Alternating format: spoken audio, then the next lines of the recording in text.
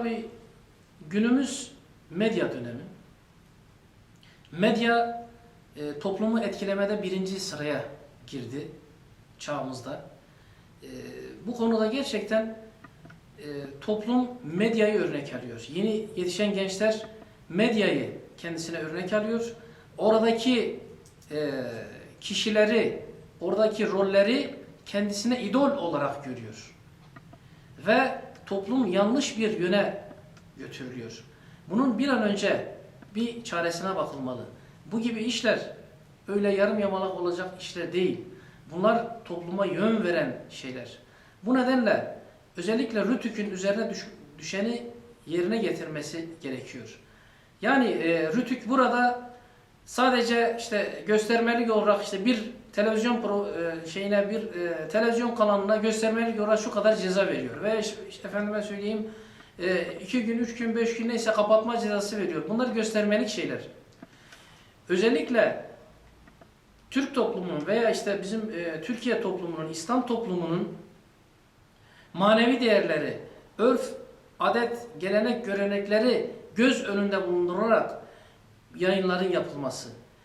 Bu yayınlar bu çizgi dışına çıktığı zaman gerekli tedbirlerin alınması ve bu kriterlerin önceden belirlenmesi gerekmektedir. Yani siz eğer bu kriterlere uyacaksanız bu yayınları yapabilirsiniz denmesi gerekir. Eğer bu kriterlere uymadığınız takdirde siz burada yayın yapamazsınız denmesi ve kesin çizgilerle bunlar belirtilmesi lazım. Ayrıca Rütük'e verilen üyeler kimlerdir? En azından Diyanet'ten, efendime söyleyeyim, dini toplumlardan da üyelerin bulunması gerekir. Bu işleri en iyi bilen uzmanların bulunması gerekir. Ve bunların vereceği bilgiler ışığında hareket edilmesi gerekir kanaatindeyim. Yoksa gençliğimiz zaten gördüğünüz gibi uyuşturucu batağında, efendime söyleyeyim işte porno batağında, buna benzer şeylerin güdümünde. Bunların da tek sorumlusu olarak ben medyayı görüyorum. Eğer biz medyayı gerektiği şekilde kontrol edebilip ona yön verebilirsek, tabii demiyorum bu medyanın özgürlüğü kısıtlansın. Bu medyanın özgürlüğü kısıtlansın anlamına gelmiyor.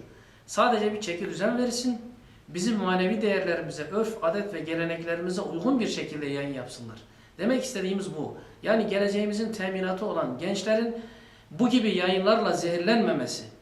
Tek isteğimiz bizim Diyanet çalışanları olarak, Diyanet Sen olarak talebimiz budur yani. Bunun dışında biz yoksa medyanın bir özgürlüğünde kısıtlanma yapılsın diye herhangi bir talebimiz bulunmamaktadır.